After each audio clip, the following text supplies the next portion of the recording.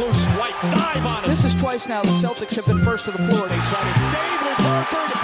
Unbelievable. Boston first to the floor. So good. Brown fakes, fires up the three. Bang! Tatum dives on the floor. Everybody dives. Jaylen Brown with the flush. Blocked by Porzingis. He's doing it all. Tatum spinning, driving, laying. Got it. Washington drives. Blocked by White. Oh, what a block from Derek White.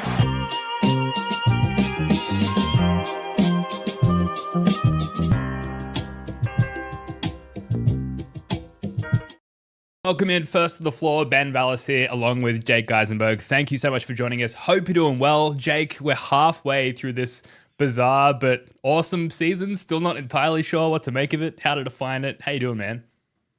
I'm doing very well. Good to be hanging out with you on an Australian evening podcast on a Saturday night, which I feel like is quite rare. And in Saturday night summer Australia fashion, there's been a community music festival like right next to my house, which basically has never happened in the 3 years that I've lived here. But yeah, I've been partaking in the festival, so apologies to those that think that I'm not as cogent as I usually am, and it can't get too much less cogent. So we'll see how we go. Yeah, I think you're fine. What kind of music are we talking about? Is it Tasmanian folk or just like straight up rock and roll, hip hop? It's all like community bands. So you got like one of my neighbors who's like 45 and his son and who's 13 and his wife have a band and they played. And then you got like a bunch of 16-year-olds, some guys in their like 30s. Nice. And like Sounds the way awesome. it was awesome. The way the crowd kind of worked. It's like the further I moved, me and Lucy, my wife, moved into the crowd, the older we felt. And then the further back we moved, the younger we felt. So it's like there was a massive mosh pit happening at one point, and I'm like, you can't go in there, man. It's like a bunch of 16-year-olds and 17-year-olds. So I had to restrain myself from getting in there. But I'm going to a show soon, and it's a band that's like popular with younger people, and I'm having daily anxiety about where I will position myself in the. I want to be up close and see them, but I'm like my knees might literally buckle if I get too close from the pure oldness of it all. But anyway, we'll take that offline, Jake. Lots to get to tonight. I love it. We're going to talk some Anfernee Simons and Luca Gaza advanced stats. Jake and Spoonie did the Luca Gaza deep dive on the Patreon, which I'm yet to listen to, but I really need to know like the disparity between the eye test and the advanced statistical reality. So we'll get to that. And similar with Anfernee Simons as well. Also, the latest trade rumors, there's apparently some juice to the Jaren Jackson Jr. stuff. We're going to do a half-yearly check-in. Like we said, we're already halfway through this season. Crazy. We're going to check in on some of the best narratives and storylines of the season thus far. And there are quite a few, we're fortunate to be able to say. And if we've got time, we'll check in on the Knicks. Not really the Schadenfreude report because they're struggling for like injury-related reasons, but we'll see how the Knicks are doing. I think. Okay, all right. We'll see how we're going. Yeah. If you can spin it to be like ethical Schadenfreude, then we'll try and ensure it in there. But first, Jake, the Celtics came back from 19 down to beat the Miami Heat last night. Anfernee Simons continues to impress. 39 points. Thoughts on this one, Jake? Well, so I typically try and avoid the score if I'm going to watch it not live. But what I did see was the How About Them Celtics thumbnail, and it was Anfernee Simons destroys the Heat. So I had a feeling the Celtics won the game, and I had a feeling that Anfernee Simons had a good game. But it was like they go down 18-4 to start the game, and like they come back to make it at least reasonable pretty quickly. Like, you know, it's throughout the game, it's down to 8. And I can imagine watching live, it would have been very frustrating because they got it down to 8 so many times and couldn't push it back out. And like while Simons was going off, I was like, when is it really happening? Because he was playing really well. And then the fourth quarter happened and the dude fucking just had 18 points in the fourth quarter and goes, and he was playing well like throughout. But holy shit, the dude goes completely nuclear in the fourth quarter, 6 for 12, 2 for 4. And in a way that we hadn't seen I don't think like the 3-point shooting has definitely been there all year. And obviously he goes 7 for 16 tonight, last night. But some of the dribble drives and like the crossover between the leg stuff, getting to the rack and then finishing over defenders and making it look smooth, easy. And Tyson's in the chat right now. And he was like the biggest Anfernee Simons disbeliever. And hand up, that one of them right here, big Anfernee Simons disbeliever. Oh, dude, add it to the list of shit I've been wrong about, like ever, but also this year in particular. Yeah, man. And team high. Oh, no, not quite. Hugo Gonzalez still like just the plus minus demon.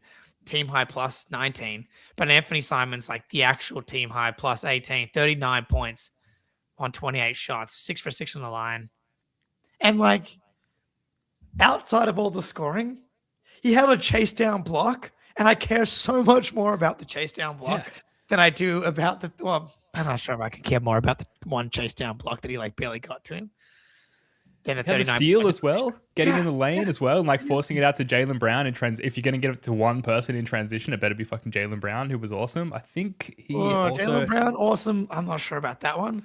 Fourth quarter, much better. We'll get to that. 5 turnovers, Jaylen Brown. Jaylen Brown, we love you. Don't worry, we'll go easy on it because obviously he's like having an MVP level season. Yeah. But Anfernee Simons, he talked about in the post game press conference, like. It's like, don't let me. I can't remember exactly verbatim what he said, but he was like, essentially, if I get a couple of shots, then like I will get some momentum going and I'll get crazy hot. And I feel like if we go back to how it felt like to watch Anfernee Simons to begin the year, we've talked about this so much, but it almost literally felt like watching him dribble up against a brick wall. He like could not penetrate defenses, and the way that he's been gradually integrated into this team early on in the game, the way that they were getting him buckets, running him off like a pin down, and then the big would immediately come back up and re-screen for him at like the top of the arc, and then there'd be a back screener for the screeners to like essentially go from a pin down, flow into a Spain pick and roll, and then Gaza, if he was setting the screen, can also pop as Derek White setting the back screen. Gaza can pop to the 3-point arc as well, and like he's been money from 3. There's all this like flow going on just to get Anfernee Simons cooking, and like it absolutely worked such that when he gets to the fourth quarter, then the dribble drive penetration, like solo breaking down of the defense comes, then the like big balls, pull up 3-point shots can occur because all the work has been done by the scheme essentially, and just this gradual integration of Anfernee Simons into the scheme to get him cooking at that level. And like, to use the cooking analogy still, it's like we didn't know the recipe, and Anfernee Simons and the team didn't know the recipe. Now they've kind of figured it out, and all the ingredients are coming together at the right time, and it's looking really good. And you love to see it, and especially, and we'll get into trade talk a little bit later, Jake, but like whether it's because of longevity and success in playing for the Celtics or because of the boosting of one's trade value, like this is fucking timely. Yeah, like there's no bad way. It's like in the world, the universe where we were pro tanking, then this would have been like a suboptimal thing to be happening. Like Anfernee Simons is having like this, but we're so far past that at this point. We again are the 2 seed as it stands today, 25-15, 62% winning percentage, which is again 51 wins. Just a really good season for like any basketball team. Mm-hmm. Really impressive. And so like it doesn't matter whether it's for this team, this season, for maximizing trade value, it's all positive for Simons, for the organization, for Missoula, for Brad Stevens. I'm really, and I think with this podcast, we're very happy to put our hands up when we're wrong about something. It doesn't happen often, obviously, but when it does happen, goodness up. Were we wrong about Simons in particular, this team? And I've seen like, and our fearless leader, John Zanis, who we love, has been like fixated on Joe Mazzulla is the reason that Anfernee Simons sucks, and he's destroyed his confidence. And I've been very like, he's been given plenty minutes, 24, 25 minutes a night. he's been given every opportunity to earn more minutes. And then Missoula plays him 34 last night when he is hot. Like, he hasn't been, when he does go off, he's been very happy to stick with him. Mm-hmm. He just wanted to, it's like, you're not going to play unless you defend and rebound. It was very simple to me. And now he's defending and rebounding close to what he's capable of. I still think there's more to go, more to uncover. Like, for a guy that, like, in his post game, he was like, I knew I could always defend. I knew that while some metrics called me the worst defender in the league, I wasn't that bad. I just had to prove it. It's like, well, you were that bad, and now he's not. And yet Tice literally just said in the chat, I don't think we were wrong. We were wrong about that. We can't change him. But as he improves, so the discourse towards him, I don't think that I agree. Like, we always believed in him as a scorer, and especially as a shooter. We were very skeptical of the defense and the overall impact. And the overall impact, it doesn't matter who plays basketball, apparently, for the Boston Celtics, because Luca Gaza, Anfernee Simons, just throw them out there, and they're going to be a +7 net rating. It just doesn't. He has a 14, plus 14 net rating in the past 15 games as well, as opposed to the 7.6 average net rating across the season. Like, the trajectory statistically and the eye test wise on the court, like, it is trending upwards. I was like looking at his like data baller card earlier, like just hoping to blink and see like this like defensive playmaking stuff and just like some of the defensive metrics. If you're listening to the pod, I've got it up on screen here on YouTube. Mostly reds, like the advanced metrics haven't caught up with, and it's kind of unfair to Anfernee Simons to bring this up, I suppose, because like he was starting from a very low point and we've seen that trend upwards, but like comparatively and relative to the rest of the league, like it's still not impressive at all. But given that he was essentially like a clear net negative, you have him on the court, like you will hemorrhage buckets to your opposition as opposed relative to the amount you score on the other end. And now it's at least at parity, if not advantage Celtics. And that's probably more than I certainly could have hoped for. I think most people, it's a tough year, Jake, because it's an easy year to be wrong because so many unlikely things have occurred. And maybe we can get to that in our narratives a bit later. But Anfernee Simons, like clear net positive at this point. Clear net positive is not arguable in the slightest.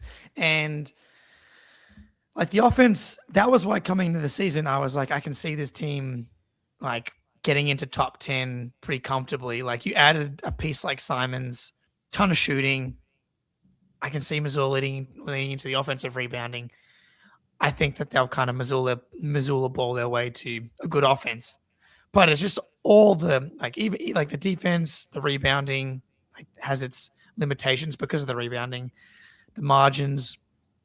It's all been so impressive, and like, if you needed any extra juice, any extra convincing on the Missoula being a good coach thing, you absolutely like that's like I can't hear like, is Missoula perfect? No, but like I can't hear from people and take them seriously when they are truly upset with anything Joe Missoula is doing right now or has done this season.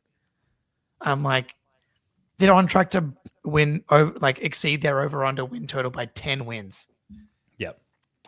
At the same time, this is easy for me to say as like consummate, like consistently wrong person, but like everyone gets a pass this year for their takes, I think, to begin the year. I'm right. I think that's just fair. I think that's fair. Look, once Jason, when that moment happened in Game 4 of the second round against the New York Knicks, I think that I totally agree. Amnesty period for all emotions is totally fair. Thank you. All right, we've got to move on. We've hung on as we typically do. We've hung on topic number one for way too long. But just running through the rest of the recap very quickly. Jaylen Brown 9 of 24 from the floor, 27 points, a -10. Peyton Pritchard -20. Did not play down the stretch. Like tough game for like two of our best offensive players. Fortunately, Sam Hauser 6 of 11 from the floor. He was awesome. Put the ball on the floor. It's like Samelo. Some For the first Anthony a couple of times. 7 minutes of the game, he was the only person who had made baskets. Yes, and there are some who say that Sam Hauser should no longer be in the starting lineup, and yet he was the only person who could score to begin the game, like you say. And some people say he should be removed from the starting lineup in favor of Jordan Walsh, who was good again. And I'm not ready to call it like the Walsh Renaissance Part 2 just yet, but like the 8 rebounds I knew impressed you, Jake, especially given that 4 of them were offensive. Of course. Walsh, I thought, was really good in this game. Perfect role play game. Didn't overdo it. Had an incredible drive and slam. Nice little cut. Love what I saw from Walsh. In 20 minutes as well. Didn't overdo it. I think he was still rediscovering his confidence in a way. And I think that's just the ebb and flow of the young player. But yeah, Pritchard was brutal in this game. I mean, like, he still was making the right play. I saw he missed shots, wasn't able to generate as much as he usually could as well. But I thought Jalen was awful and has been pretty bad kind of since it's crazy. He peaked as a player in the Clippers game and has just completely died since then. And it might purely just be like the load was too much and he gave it all and it's gone for now. But like, there was a play, not even the offense. Like, it was like his controller broke for a moment. He was like guarding, the ball got passed, and then like his man cut or got the ball back and then drove. And it was like his controller ran out of battery playing 2K. Yeah. But it's true. Tice is correct in the fourth quarter. I thought Jalen was huge, getting downhill, getting to a couple of spots. So you got to give him credit there. 0 turnovers in the fourth quarter with 5 rebounds. So give credit where credit's due. Totally earned it in the clutch. But as a whole, horrific. But that's the thing about basketball. You stay in the game. Don't Jason Tatum game 6 against the Sixers. Stay in the game. It's never over. You can turn an awful game into a good game if you stick with it. So in a weird game for Derek White, only 7 shots, 1 for 7. But of course, a plus 12 just because what he does: 6 rebounds, 5 assists, 2 blocks. Yeah, like the blocks, man. He's the king. But nothing. Yeah, we can probably leave this game and move on. But Well, yeah. So the Jalen stuff, because we talked about it. We didn't really talk about it up at the top of this show, but we talked about it earlier today. Like the Celtics mini regression, where I've divin. I think you or Spoonie got caught up on this word as well recently on a show. One knows. Dove into the stats to try and like validate and verify my just vibes, feelings towards this what I'm calling a Celtics regression since the Clippers game, since returning from the West Coast home trip, since Jalen dropped 50 on Kawhi and co. And there's not a lot out there to sort of back that up. But last 6 games, 3-3, so 500 ball, 10th in net rating. We're 2nd in net rating on the season. 19th in effective field goal percentage. So our effective field goal percentage and our true shooting percentage were both dropped by 3 percentage points. Not a whole lot. We're still 3rd in rebounding percentage. We're still 3rd in turnover percentage. So there's a slight offensive efficiency drop-off, but the defense is roughly the same. We are 2nd in opponent 3-pointers made. That was like the one validating stat that I could find, that like it feels like we just come up against this sort of magnet ball situation. And like I just said, like statistically, and I feel like to some degree effort-wise, our defenses remain the same. So maybe there's luck being factored in there, Jake. They do seem more lackadaisical. And I was disappointed that I couldn't find the stats to pair up with just like the vibes I'm getting from the team. And it does make sense. You come back from one of the ultimate highs, dropping 50 on a red hot Clippers team. Jaylen Brown going head to head with Kawhi Leonard, dropping 50 on him. You come home, you play some sub 500 teams. It does make sense that there would be this sort of lackluster stretch there. And that kind of led me into like the Jalen stats, and that there has been some significant drop off there. So on the season, he's averaging like 30 points, 5 assists, 6.5 boards, like very efficient, 37% from 3. Less than 4 turnovers, which doesn't sound that amazing, but we'll get to that. Last 5 games, just the 25 points, obviously still good, but the efficiency has completely dropped off. 38% from the floor. Yeah. Just under 5 turnovers per game. And then on the season, he's been shooting obviously incredible from mid-range, 50% from 10 to 14 feet, 50% from 15 to 19 feet. Last stretch of games since the Clippers game, 47% from that short mid-range, which is still pretty good, but 0% from 15 to 19 feet, 0 of 11. So it's not on like that small sample size as well. So like the efficiency there has dropped off. And I think you can call that regression to the mean. Like obviously none-for is bad, but the fact that he's gone from like basically hitting everything to hitting literally nothing in that pocket where so much of our offense was generated from has clearly been a problem. Yeah. They're in a lull, regression, whatever. But like it's such a small sample, and I think I talked about this on a previous pod with maybe Sam LaFrance, but just the season's just so long.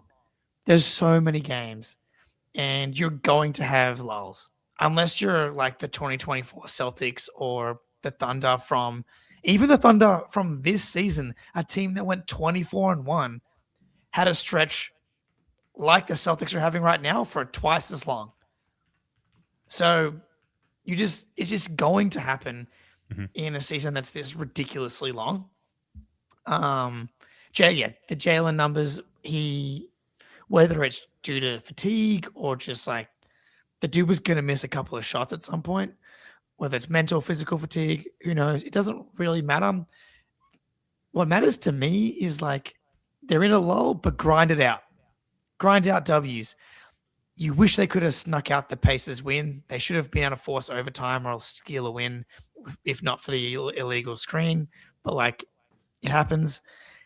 You come back and you grind out a win tonight.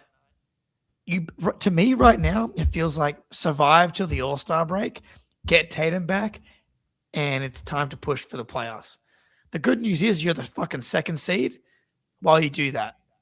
On the other hand, you're 3 games clear of the 7th seed and the play-in.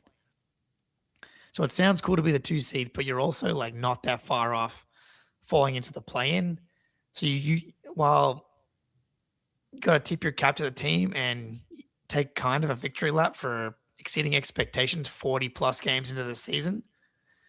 Long way to go, and you don't have a ton of margin for error at the moment, because you don't want to fall into the play-in. Like that's just, it's probably fine because the teams in the play-in stink, but you don't want to play the Knicks or the Pistons in round 1.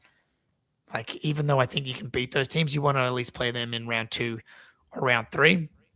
So you got to grind it out and wait for Tatum to get back. But if you zoom out just a tiny bit as well, like they're 5th in net rating over the past 10 games. So like, looking at a 6-game sample, and I know that like you need to do that because if that's where we're at right now, but it's like you have to zoom out when it comes to the NBA season and look at their body of work, and that's the way that I would kind of contextualize it right now. I'm not raising alarm bells, but it's just a fact right now. Well, yeah, because they were so red hot, and so they were just like such an efficient, well-oiled machine. And like I talked about the like schematically how they were getting Anfernee Simons going earlier, and there was a really great video by like Thinking Basketball on YouTube, and it was very clickbaity thumbnail about like a Tatum Ewing theory thing, but like all the video was just about how awesome the Celtics offense is and how they have like multiple actions that they go to during each possession, and that is like correlated with their drop off in like pace ranking. And it's like not because they're not playing fast, but it's because they're like basically generating multiple possessions within a possession. And I forget my point here, Jake. But essentially, the Celtics are very good. Jesus. Yeah. Okay. They're good enough. But it's a good point from Steve in the chat. Like, I don't know how you can expect real consistency on the level of like a true contender. I'm putting now extra words in Steve's comment here, but from a team where half the rotation has not played real minutes before. And that's really the story of the season, and will continue to be, is like, and we'll get to the storylines. It's like, dude, this whole team has never played minutes before. Whole fucking team. besides like Yeah. Derek, Pritchard, Jalen, and Simons. It's crazy. It's wild. Absolutely. I think before we get to the Jaren Jackson Jr. trade rumors, other trade rumors, I do want to ask you about Luca Gaza as well, because I just need it like quantified for me. But we should hit a break. We should pay the bills and hear a quick word from our friends over at PrizePicks. Yeah, baby. It's PrizePicks time. And it's Drake May season. It's Jaylen Brown season. Whew. I'm nervous but confident for this game against the Texans. And we're going more Drake May rushing yards. I think that's where we're going to make our hay. We're going less on CJ Stroud passing yards. We're going less on Woody Marks rushing yards. And we're going more on Ramondre Stevens receiving yards. That's, I think, going to be the recipe for the Patriots to take down Houston, Texans. I'm feeling good about that one. But yeah. Download the app today. Use code CLNS to get $50 instantly after you play your first $5 lineup. Download the app today. Use code CLNS to get $50 instantly after you play your first $5 lineup. It's good to be right. Shout out PrizePicks. It is good to be right. Shout out the CLNS Media Network for presenting the First to the Floor YouTube show and audio podcast. I still can't remember what my point was bringing up that thinking basketball. But you should go watch it. In my mind, there was a brilliant point to be made there, but it has completely disappeared into the universe. The half yearly check-in. It's part of my mind still feels like we're at the beginning of something, if that makes sense. Yet we're halfway through whatever this is, and I'm starting to like wake up early and check Twitter for like the inevitable Jason Tatum is ramping up tweets. I just feel like we're close, and I've got nothing to justify that on or base that on other than I just feel like it's coming up. It's close. That said, we've been lucky enough to be blessed with this season where fucking hell, man, like we're the second seed. Cannot believe that. And many of the building blocks going into that has been these sort of player development, storylines, narratives, actualities, whatever you want to call it. So we do this usually every season where we stop and we talk about, favorite aspects of the season, best storylines. And we've been fortunate enough for like really the last 5 years. It's been like, here's why we think we'll win the title. And it's probably a different approach this year, but I'll ask you, Jake, like what have been your favorite storylines or just general aspects of the season thus far? Well, the easy one, I feel like everything flows from here, is that Brad Stevens is God. Or if you don't believe in God, Brad Stevens is the master of the universe, the puppet master above all beings. And as long as that is a fact, nothing else matters. And that's the storyline to me. Like, he should be executive of the year. I'm not sure. Like, Joe Mazzulla should be coach of the year, and Brad Stevens should be executive of the year. Yeah, absolutely. I think did Brad win it recently? I think no one cares about that award. Won. Yeah, he's definitely won. If he hasn't, then I'm living a lie because I tell people that he has. Folks in the chat, call in, let us know. But yeah, Joe Mazzulla, like I guess, like who's challenging Joe Mazzulla for coach of the year this year? Like there would be some candidates, and obviously we're living in like this Celtics like jail cell, but it seems to take Phoenix coach, biggest what's his name, Ott for the Suns, the biggest off for the Pistons. Those would be the other two guys I would have in the conversation. Mitch Johnson probably has a case. I was going to say Spurs. For the Spurs. Spurs and Celtics, I would say, are the two that have exceeded and the Suns right there as the three teams that have and the Pistons, as I said. I think all four have like an exceeded expectations case. Yeah. So, but like when you see the Celtics where it's five guys that were not in the NBA, basically playing rotation minutes, it feels like it should go to Mazzulla, but we'll see.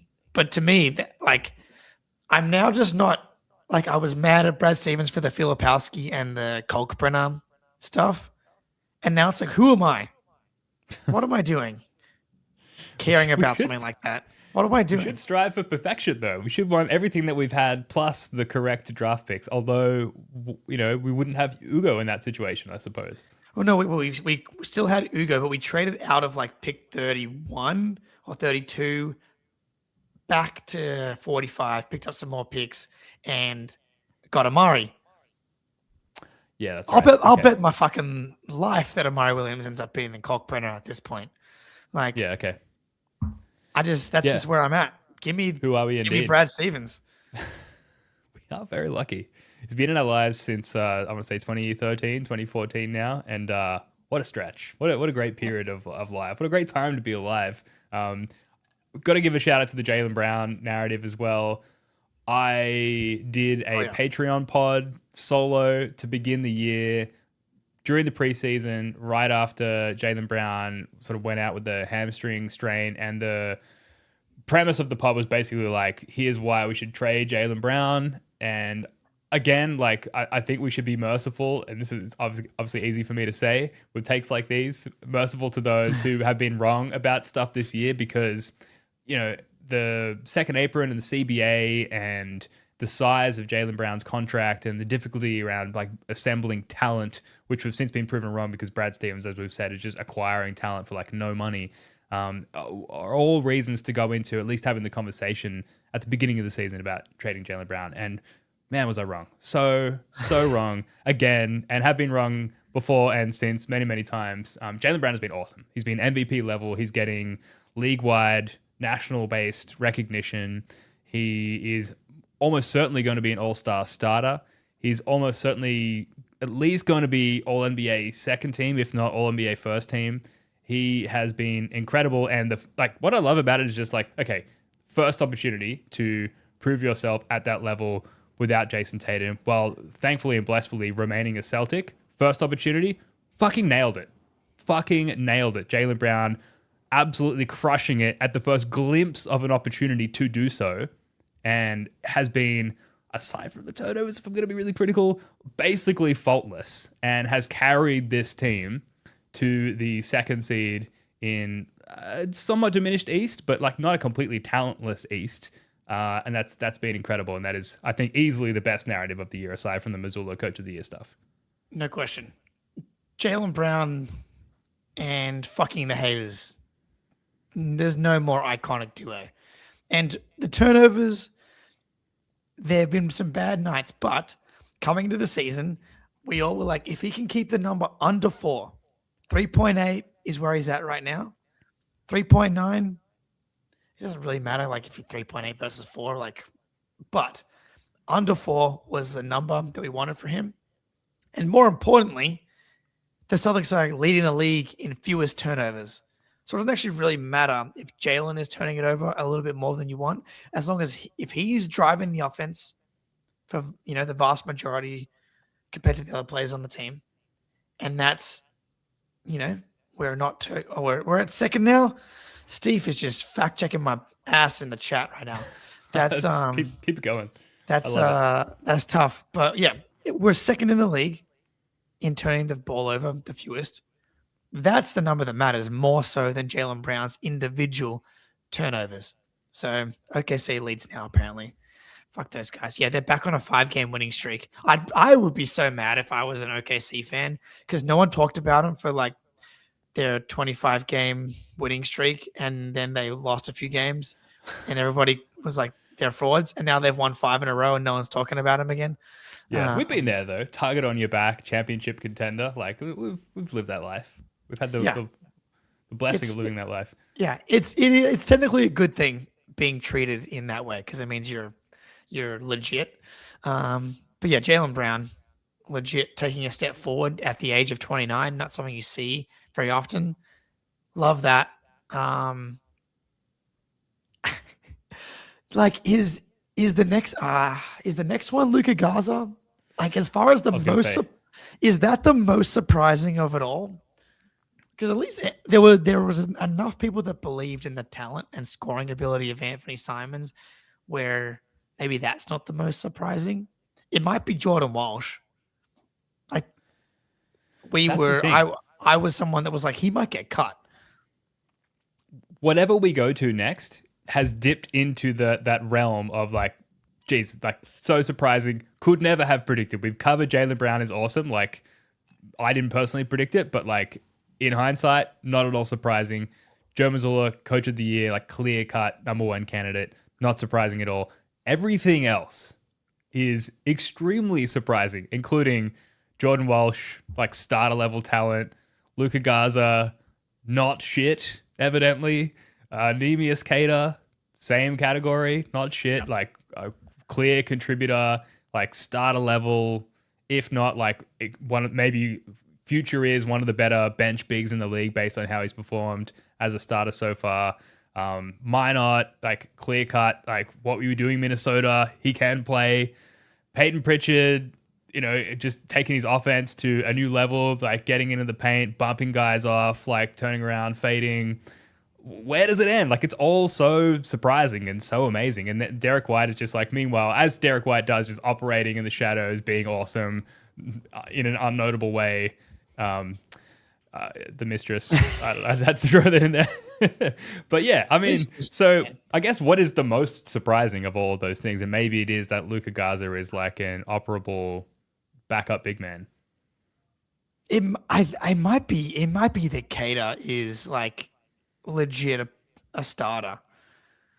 Both are just as surprising to me. I was not a believer. And shout out the chat. We got some of the GOATs. Steven, Ty, Z Gamer, Green Boomer. Like, we got some OGs. We got some very active members. 9 p.m. on a Saturday night. It might be the beer, cider, whiskey talking. But I appreciate you guys. If you're putting a kid to bed, stick an AirPod in their ears. Like, let them go to sleep. Just the knowledge being ingested and the wisdom just straight down the ear holes at a young age. Like, they're a sponge. You just do them a favor. Sorry, go ahead. Exactly. Yeah, I'm with Z Gamer. Like, I wrote an article for Celtics blog, being like ranking every big man rotation, and I had us dead last, and it was slightly hyperbole. Like, we had a case for like 25th ranked big man rotation, but I ranked us 30th, and there was a very, very fair case for that. But like on the broadcast, was it the Heat game or the previous game? But it was like, no, I think it was the Heat game. But it's like, our big man rotation's made up of veteran minimums. Mm-hmm. They're made up of second round picks, undrafted guys that were cut. Like, they're not supposed to be good. That's a very important part of every basketball team, is the guy that plays center, big man. This is a sport where the way you score points is in the sky, and you protect the goal in the sky. Look at who they're replacing as well. The guy they're replacing, Al Horford. KP. Yeah, they're replacing Al Horford and Luke Cornett. Yeah, dominant bigs. People who live in the sky perpetually. They did it. They did it so easily. It's like so easily. Brad Stevens acquired Luca Gaza, and he's like now Luke Cornett on offense. Defensively, it's still a fucking disaster. But like not a disaster, because when he's on the court, the team is good defensively still. I don't know how, because like in the Heat game, it was barbecue chicken for Norm Powell. I think Norm Powell hates the Celtics. He immediately rose to the number one rank, and the Heat have some people like Spo, Bam, Tyler Hero who should just fucking hate us so much. And for whatever reason, Storm and Norman just he immediately rose to the ranks of like number one Celtics hater on that squad. I thought he scared me in that first quarter, in the first half, especially Jake. But sorry, side note, tangent. He has resting angry face. That's part of it. He like angry drive and dunk as well.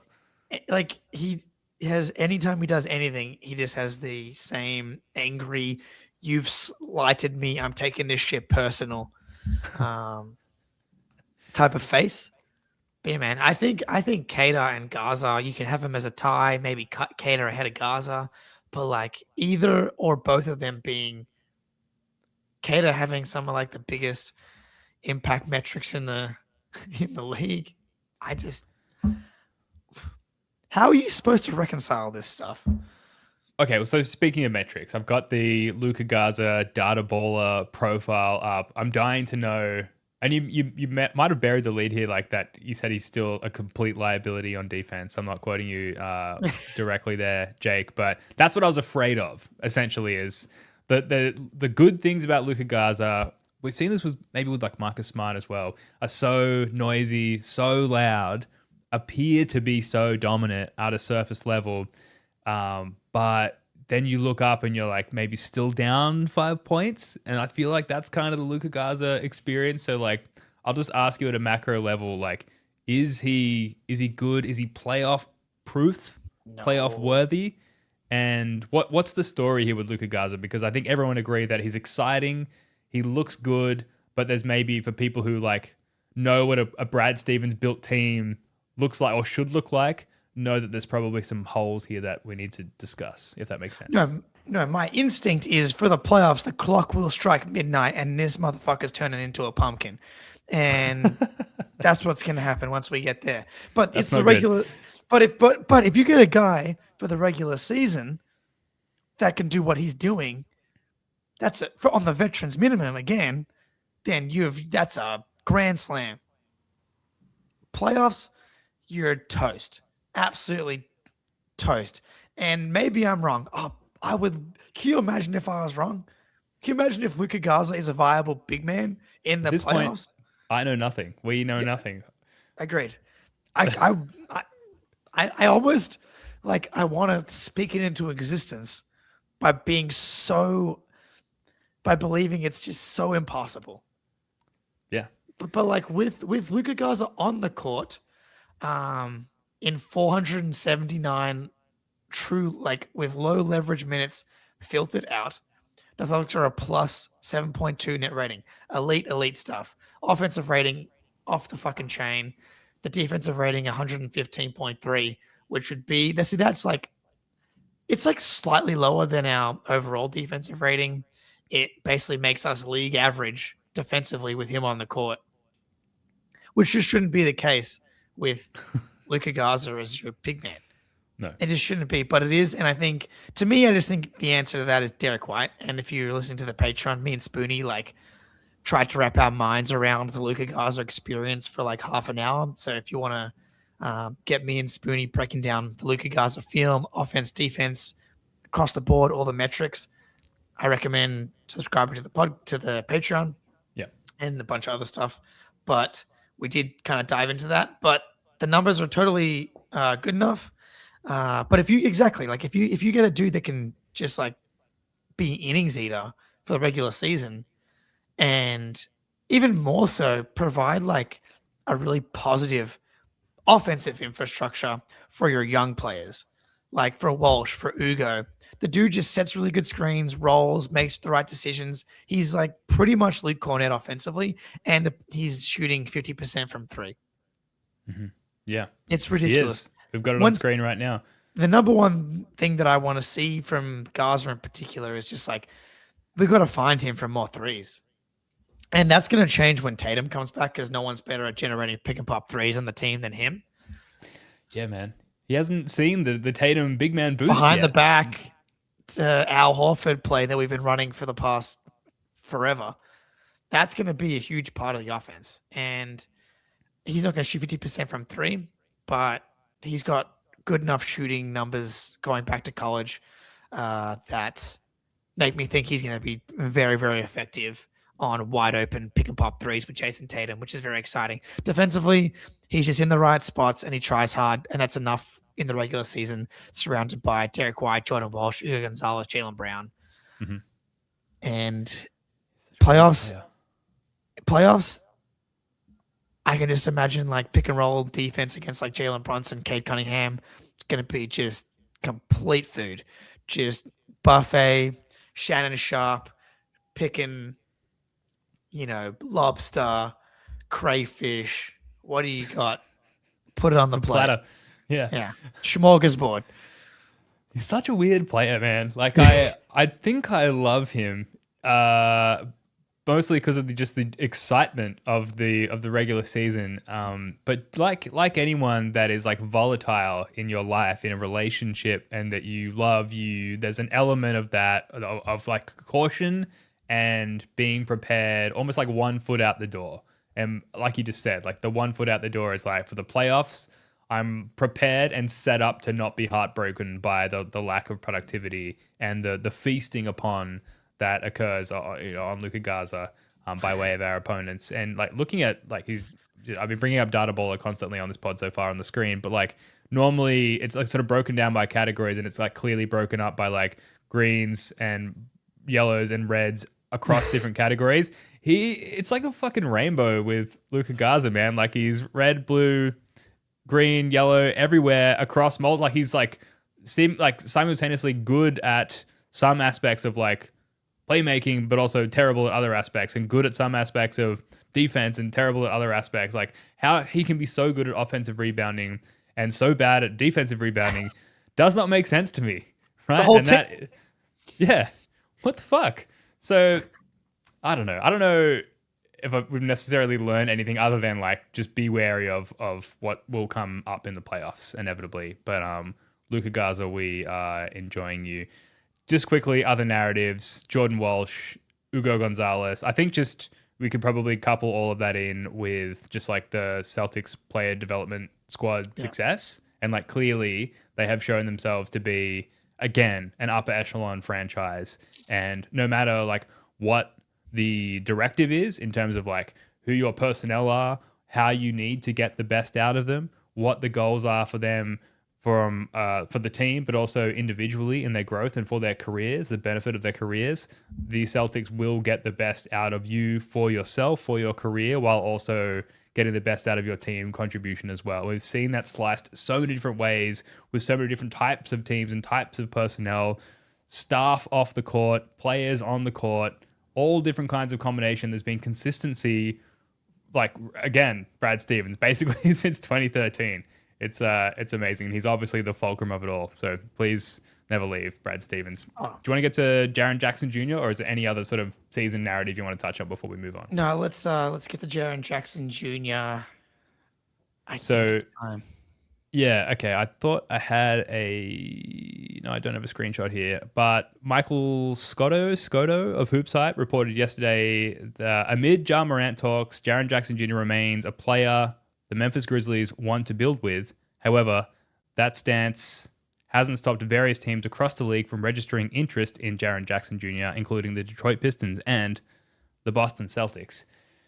So I think the way to approach this is making the case for and against. The case against is what my mind sort of wanders towards, Jake. Obviously, the huge salary. It's crazy salary, yeah.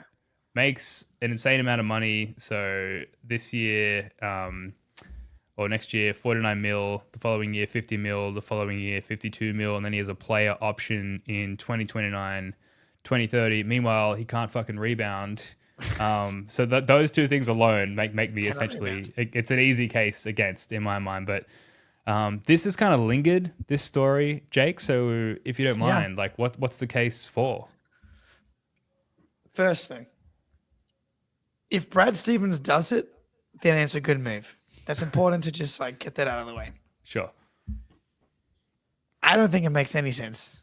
Okay, good. And I think we've also learnt with Brad Stevens that none of these rumors ever come true with Brad Stevens, but it's trade deadline season, and let's fucking talk about Jaren Jackson Jr. trading to the Celtics because it's pretty interesting.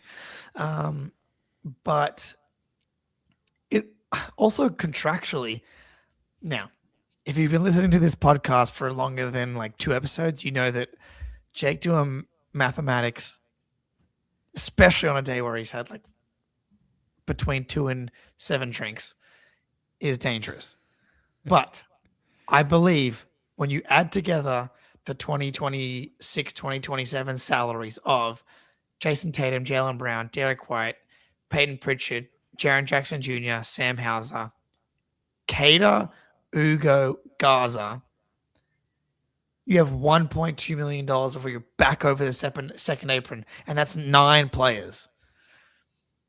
So it says Anfernee Simons draft picks trade essentially. Yeah. Okay.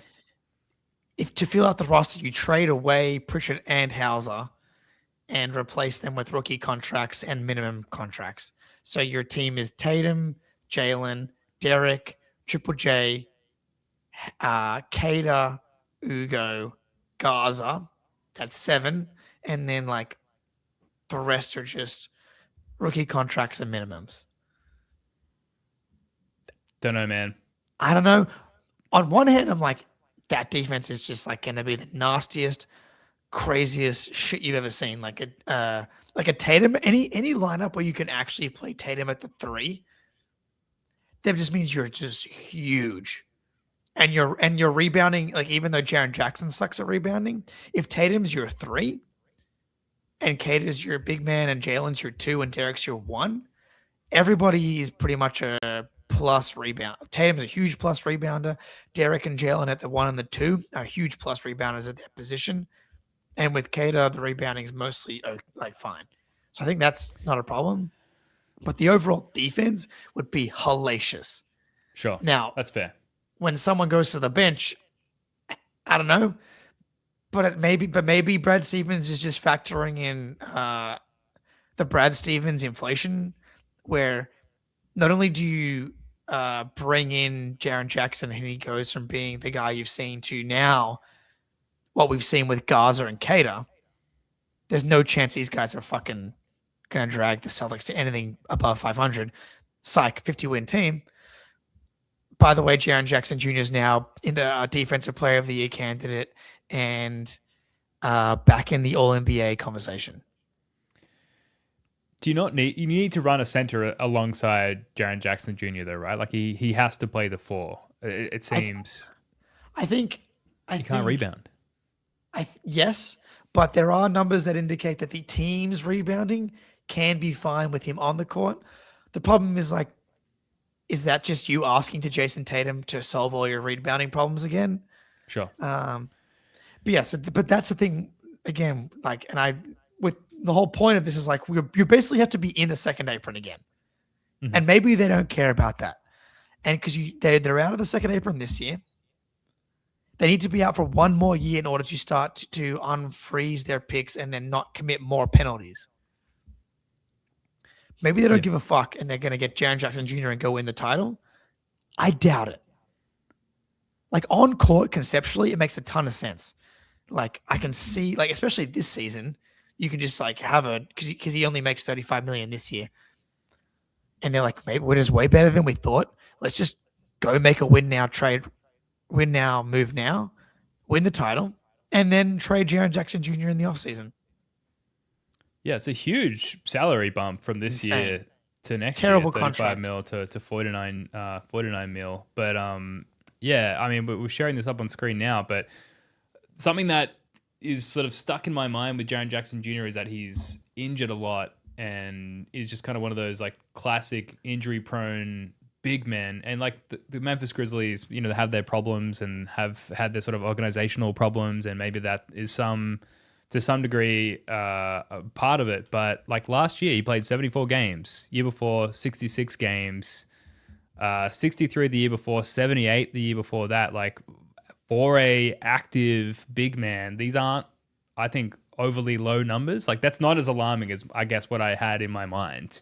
So to me, that kind of nixes the concern about are you trading for a hyper injury prone big man? No, so there's not, that. yeah.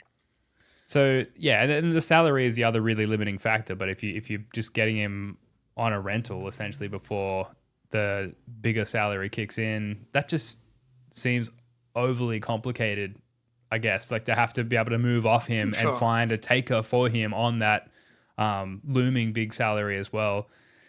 And then obviously there's the Tatum question too. It just seems not the right time to pull the trigger and to make the big move. That said, I've always leaned conservative on all of these things, and I would never have the guts to pull the trigger on this. So I guess I'm saying I don't know, but it just doesn't feel like the right move at the right time for me, if I'm being honest. The lizard brain take, which for those unfamiliar is a take that is in the back of your mind that doesn't count, is that it's a Jaylen Brown trade. Oof. because it's like talk Wait, about sell high. Talk about sell high. Uh-huh. This is the peak, probably. Yeah. I don't think Brad would do it. I wouldn't do it. But Jaren Jackson makes a lot less than Jaylen Brown. And we'll continue to. And will continue to. Gives you more flexibility. Jake, you need to fix your lizard brain. Totally fair. I told you it doesn't count. Feels like more of a Patreon take, if I'm being honest. Doesn't count. I heard it coming and I'm like, don't say it. Said it. Too late. It's late. Most people have clicked off by now. I said Brad wouldn't do it, and I said I wouldn't do it. But it makes more sense without all of those guys. But yeah, Z Game is right, and I agree. And I agree. JB is showing you he can play at a top 10 level. You keep Jaylen Brown and Jason Tatum together, 2 top 10 dudes that play the fucking wing position and can do these types of stuff that they can do. Shot creation, defending 1 through 4/5. Like, it's a no-brainer. Those guys over JJJ. I don't regret saying it, but It's a safe space. I'm unsettled currently now. I just think like it's just not the right move at the right time, and maybe the reason you do it is because you have more foresight. When I say that, they asked us to ban me in the Discord. So happens when you run the Discord, I guess. Yeah, when you run the Discord and you go live on YouTube and you control everything, then you can say what you want. Sorry, Tice. But yeah, unless you have the foresight and are much more prepared and thorough than people like myself are, and you look all the way down the road at all the potential trades that might come up down the line, and you just know that within the lifetime of Jaylen Brown and Jason Tatum, this is going to be the best big man that's going to be acquirable in that time. Unless you've made that determination, then it's got to be a no for me, dog, I think is what people say. Jake. That's right. Yeah. Okay. Good. Z Gamer has it. We live under a dictatorship in First to the Floor. Fucking right, you do. Absolutely. I do love it here. Now hit that like button. All right. Cool. Folks in the chat, let us know what you think about Jaren Jackson Jr. and whether or not it's a viable move for the Celtics. The Knicks. Do we want to talk about the Knicks very quickly, like in 1 minute before we wrap up? We've got to run it very quickly because I got multiple outside of the Knicks too. Sarah, I cannot believe.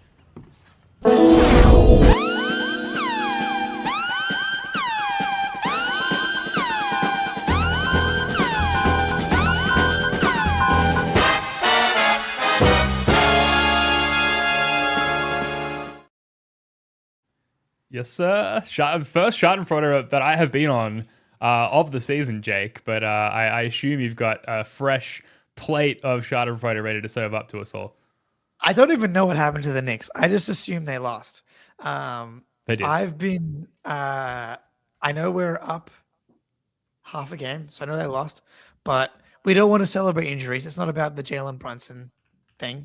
My favorite Schadenfreude of the past 2 days is the Lakers losing to the Hornets. Like, I watched that. I watched that today. It is awesome, dude. Like, I know on a previous pod I said I would take Jalen over Luca, and Jalen's been sliding all day, dude. Fuck Luca. And then Punk Nipple going on the Bill Simmons pod and just like with the wisdom of like a 50-year-old veteran hooper, like retiree, just such a good interview. I love that, except for when Bill Simmons asked him about like his lady situation, which was pretty cringe. But for the most part, there's a great follow-up to that game and the Lakers loss. But the Knicks just not as good maybe as they thought. And there's that meme going out there essentially. I'm going to completely flub this, but that the Celtics and the Knicks, compared to their expectations, like Knicks going in with the highest expectations ever, tied or slightly below the Celtics going in with like the lowest expectations ever, which is just like, that is peak Schadenfreude. That is basically the definition of such a thing. Dude, so last 10 games, they are 26th in net rating and 29th in defense. Oh, Can you imagine? Can you imagine They're the like, pain? like the Jalen Brown on-offs have always been, kind of iffy relative to the kind of standing that he has accumulated as an NBA player, like All NBA All Star, even this season. But the Knicks are like significantly better with Jalen Brunson off the court. It's very alarming, and that goes back like multiple seasons now. You cannot win a title if your best player is one of the worst defenders in the NBA, and you definitely can't win a title if your second best player is also a terrible defender who plays the big man position. I know the fucking Celtics lost that series last year. It's basically a black swan event. It basically made the Knicks and people think that the Knicks could win the title. They can't. They The can't. Luca Gaza a playoff series. It's a total anomaly. What is happening? That is a really, really, really good way to describe it. I love that so much. The Knicks winning the second round series of the playoffs last year is basically like Luca Gaza being good. It's awesome. But yeah, 29th ranked defense over a 10-game span. If any team that's capable of something like that is not winning the title. There's no chance. Zero, nada. Flush them down the toilet. Goodbye. The third piece of Schadenfreude is I watched the Cavs Sixers today. And while it, like both teams losing kind of helps the Celtics, I just love watching the Sixers lose. And they blew like multiple big leads in the fourth quarter and like lost to a Jalen. How much did Jalen Tyson have in the end? Like 40? 39 points. Jalen Tyson, 13, who's been really good and been a fantastic draft pick for the Cavs. But watching the Sixers blow multiple fourth quarter leads in the same game to the Cavs, specifically to Jalen Tyson, I thought was beautiful. And like they had Tim Legler ring the bell and then like commentate the game afterwards, and then they lost. Is awesome. It was just chef's kiss, no notes. That's the best. That's what the Schadenfreude report's all about. I love it. What a great way to end the show. I don't, unless you've got anything else, Jake, we can probably wrap it up. But this has been a lot of fun. That's going to do it for this one. Thank you so much for joining us. We'll be back throughout the week with more reactions, more coverage. Subscribe to the Patreon pod if you want more of everything that you've just seen and more. Jake Eisenberg, love your work, man. Until next time, go Celts.